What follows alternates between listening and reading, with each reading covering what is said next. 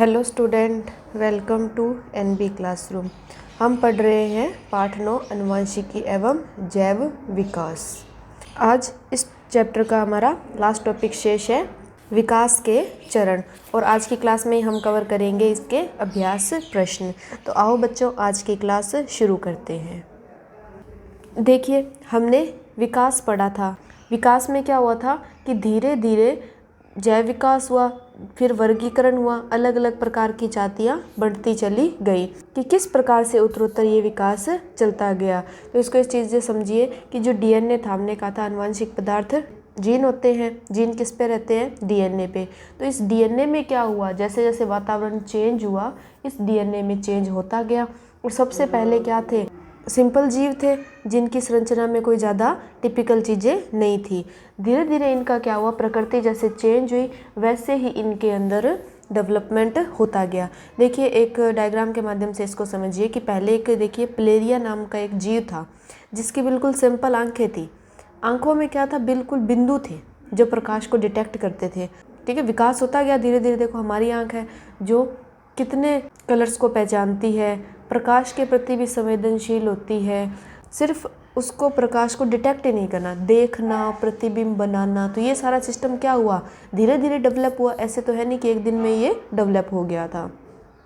यही विकास के चरण है जो धीरे धीरे आगे एक जटिल संरचनाओं में बदलते चले गए। इसमें कुछ पॉइंट्स हैं जिनके माध्यम से थोड़ा यहाँ पे डिस्कस किया गया है। देखिए कि सरल अंगों के क्रमिक परिवर्तन से जटिल अंगों का विकास। ठीक है, हमने भी एग्जाम्पल लिया था प्लेनेरिया की। सिंपल क्या थे? प्रकाश बिंदु थे, और बाद में क्या हुआ, जैसे जैसे और कशेरुक जीव आते गए, उनकी आंखें और अधिक डेवलप होती गई। सेकेंड पॉइंट है, देखिए कि एक परिवर्तन जो एक गुण के लिए उपयोगी है, कालांतर में उसका अन्य कार्यों के लिए प्रयुक्त होना। इसका एग्जाम्पल दिया गया है कि पक्षी के पर ठंडे मौसम में ऊष्मारोधन हेतु विकसित हुए, वह कालांतर में उड़ने हैं। तो देखिए कि पहले जरूरी नहीं है कि जो गुण एक चीज़ के लिए था वो बाद में और काम में नहीं आ सकता। तो इसको देखिए कि पहले जो थे वो पक्षी के पर थे, वो क्या करते थे? अत्यधिक ठंडा मौसम था तो उसको कवर करते थे, है ना। जैसे अपन स्वेटर कंबल ओढ़ते हैं तो उसको कवर करते थे, उसको ऊष्मा प्रदान करते थे। लेकिन धीरे धीरे क्या हुआ? जैव विकास होता गया, वो टेक्निक और अधिक डेवलप होती गई, और वो पर क्या है, वो पक्षियों के उड़ने में भी सहायक होने लग गए। ठीक है स्टूडेंट, समझ आया कि पहले गुण उपयोगी था, बाद में वो अलग कामों के लिए, पहले एक काम के लिए यूज़ होता था, बाद में वो और विकास हुआ तो अलग कामों के लिए भी यूज़ होने लग गया। थर्ड है कृत्रिम चयन द्वारा डीएनए परिवर्तन। यानी आजकल आपने देखा है कि साइंस और टेक्नोलॉजी बहुत अधिक विकसित हो रही है, तो डीएनए में ऐसे चेंज कर दिए जाएं और अधिक विकसित और उन्नत नस्ल हम प्राप्त कर सकें। इसका एग्जाम्पल है, देखिए जंगली गोभी से फूल गोभी, ब्रोकली, बंद गोभी बनाना। जैसे काफ़ी समय पहले ही जंगली गोभी पाई जाती थी, जो सिर्फ केवल जंगलों में होती थी। फिर धीरे धीरे जैसे खाद्य आवश्यकताएं बढ़ी तो उसके डीएनए में चेंज कर दिया गया, जिससे क्या हुआ? ब्रोकली विकसित हो गई। फिर धीरे धीरे उसमें और डेवलपमेंट किया तो फूल गोभी विकसित हो गई। अब क्या हुआ? किसी ने माइंड लगाया कि इसका जो फूल है वो भी खाना चाहिए, तो उससे क्या हो गया? गांठ गोभी विकसित हो गई। कुछ इसकी पत्तियां थी जो भी क्या हुई? डेवलप होती चली गई। कुछ थे जिनको पर्याप्त जगह नहीं मिली या डीएनए में कुछ और अधिक परिवर्तन हुआ, जिससे वो एक बंद गोभी के रूप में विकसित होने लग गई। और आजकल आपको पता है मार्केट में लाल गोभी भी आ रही है ना। तो ये क्या है? ये डीएनए में चेंज कर करके बनाए जा रहे हैं। ये एग्जाम्पल तो हमारे डेली लाइफ में भरा पड़ा है, काफ़ी एग्जाम्पल ले सकते हैं। जैसे नरमा हम उगाते हैं, कपास हम उगाते हैं, तो पहले सिंपल था, आजकल उसमें डेवलप, जिससे उसके पुष्प ज़्यादा आए, वो रुई ज़्यादा उत्पन्न करे। या सब्जियों में हम देख सकते हैं तरह तरह के कलर हमें दिखाई देने लग गए हैं। जैसे अब शिमला मिर्च है, ग्रीन कलर की भी है, येलो कलर की भी है, रेड कलर की। तो वो क्या हुआ? वो उसके डीएनए में चेंज कर दिया गया, उससे हमें नई प्रकार की किस्म वहाँ पर देखने को मिल गई।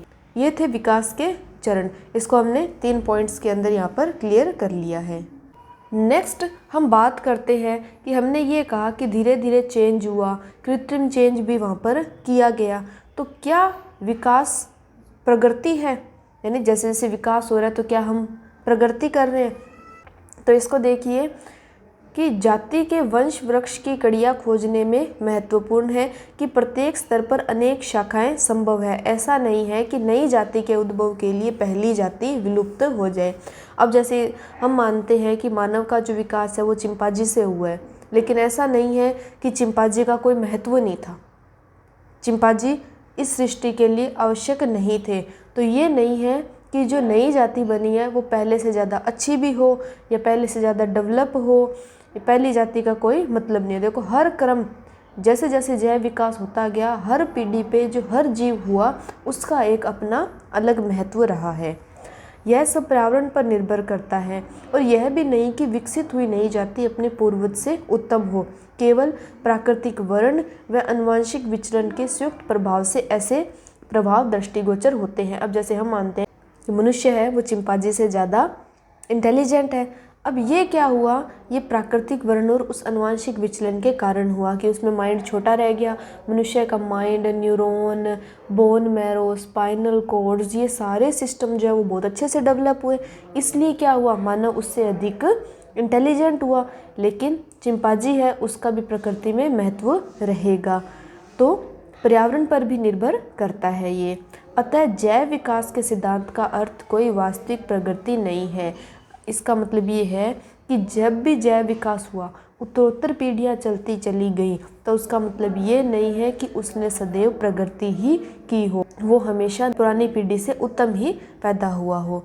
विविधताओं की उत्पत्ति व प्राकृतिक चयन द्वारा उसे स्वरूप देना मात्र ही विकास है। जैव विकास में प्रगति की प्रवृत्ति समय के साथ साथ शारीरिक अभिकल्प की जटिलता में वृद्धि के रूप में भी दिखाई देती है। इस लाइन को यहाँ से समझे, जैसे वो हमने फर्स्ट पॉइंट पढ़ाई था विकास के चरण का, कि पहले बिल्कुल सिंपल जीव थे, ज़्यादा कॉम्प्लिकेटेड सिस्टम नहीं था। धीरे धीरे विकास हुआ तो जटिलताएँ भी क्या हुई, बढ़ती चली गई। पहले इतने रोग नहीं थे, आजकल तरह तरह के खान पान आ रहे हैं।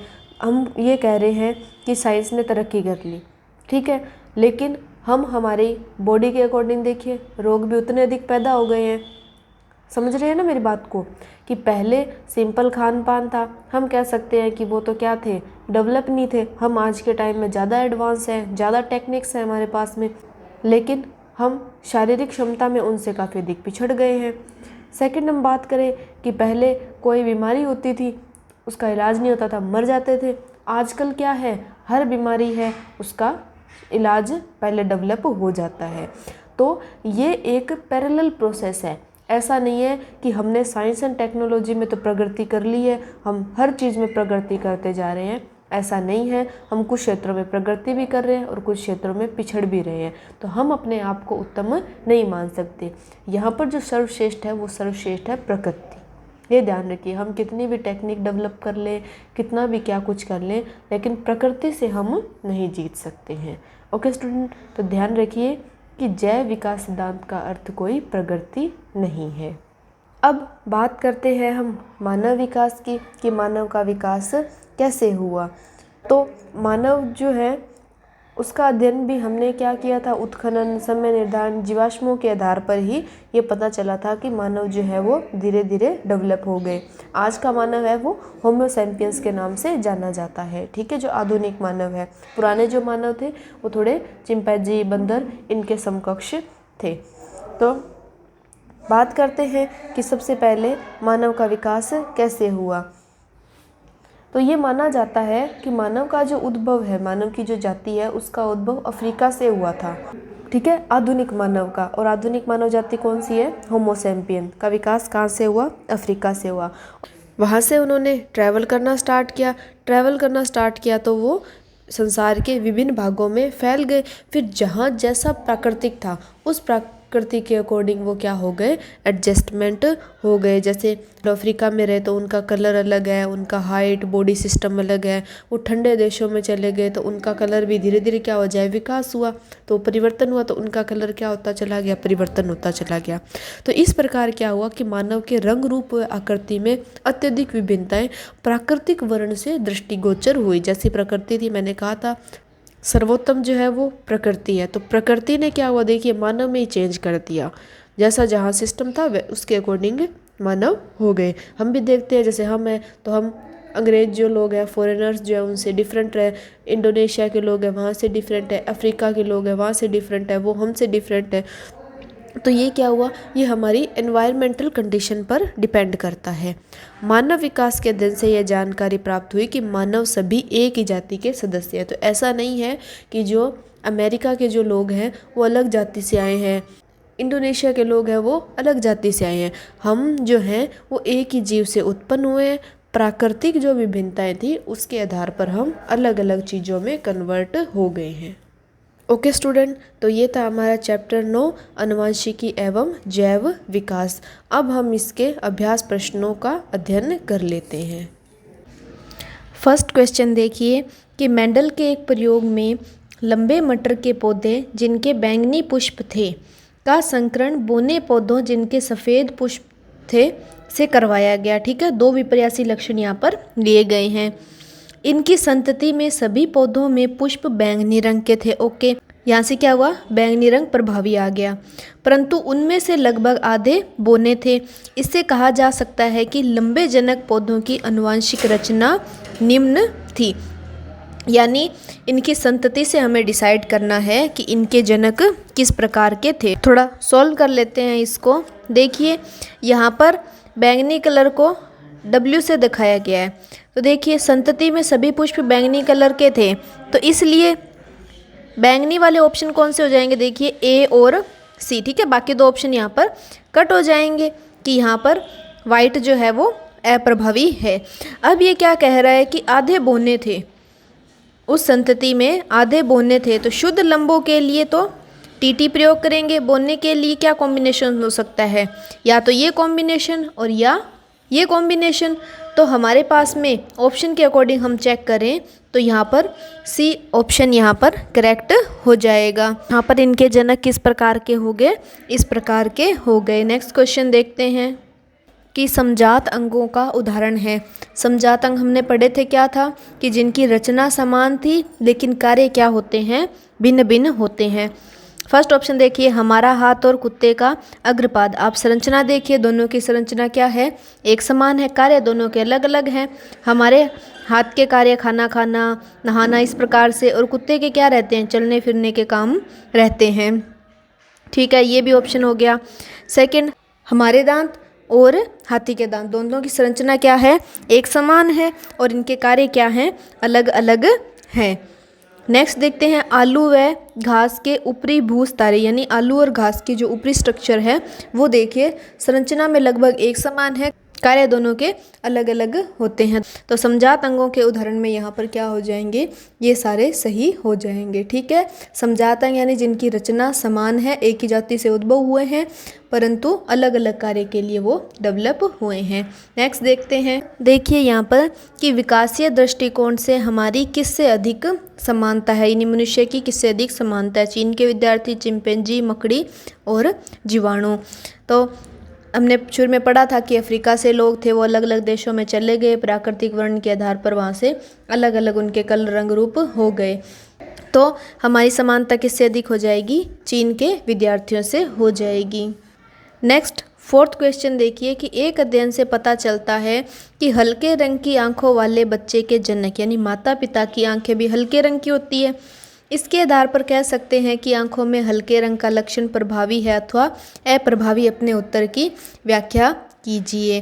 तो देखिए हमने मेंडल का नियम पढ़ा था, क्या था, प्रभाविता का नियम, कि वही लक्षण दृष्टिगोचर होता है जो प्रभावी रहता है। तो इसका मतलब ये लक्षण क्या हो गया, प्रभावी हो गया।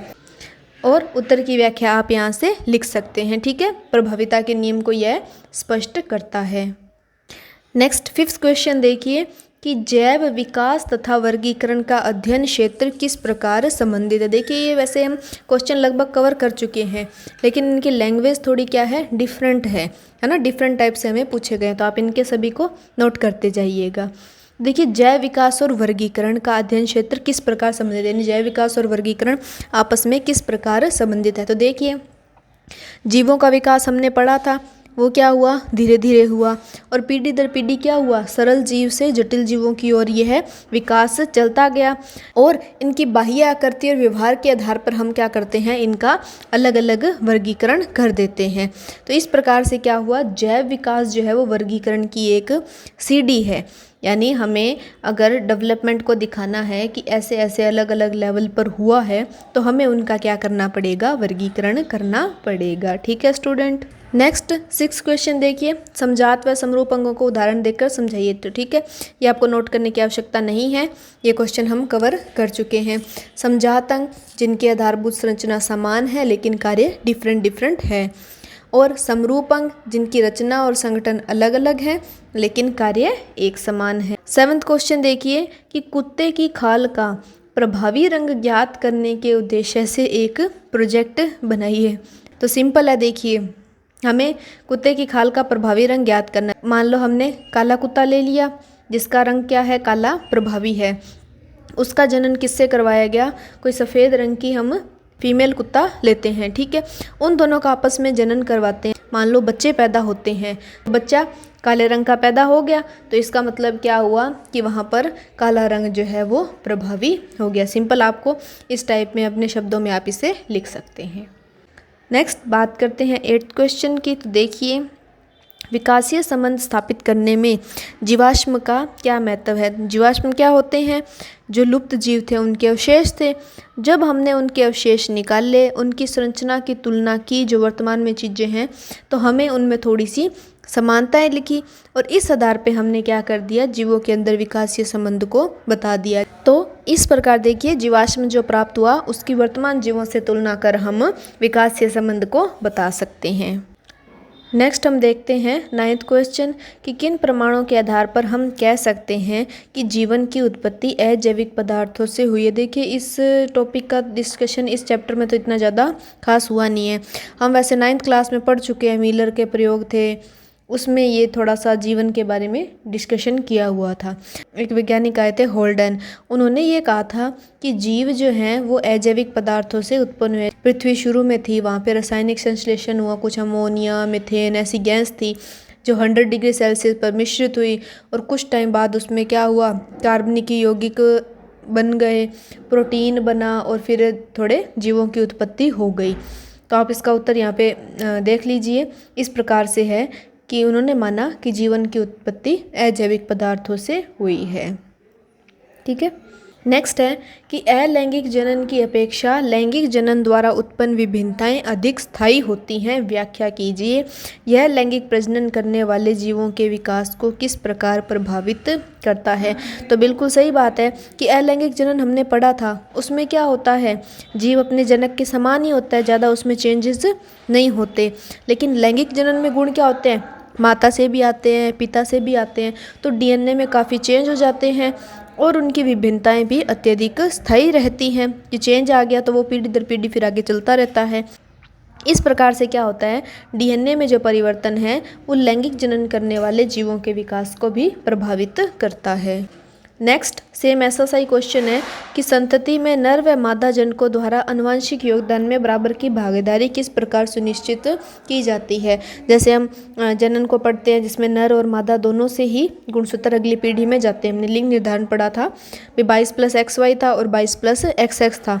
तो पूरा देखिए आगे भी 22 + XY यानी पूरे 22 जोड़े और आगे जो लिंग निर्धारण गुणसूत्र है वो पूरा बराबर गया, यानी नर और मादा दोनों में से गुण आगे गए हैं। वो एक अलग बात है कि कौन सा वहाँ पर प्रभावी रहता है। ठीक है स्टूडेंट, नेक्स्ट क्वेश्चन देखते हैं। देखिए लास्ट क्वेश्चन है कि केवल वे विभिन्नताएं जो किसी एकल जीव के लिए उपयोगी होती हैं समष्टि में अपना अस्तित्व बनाए रखती हैं।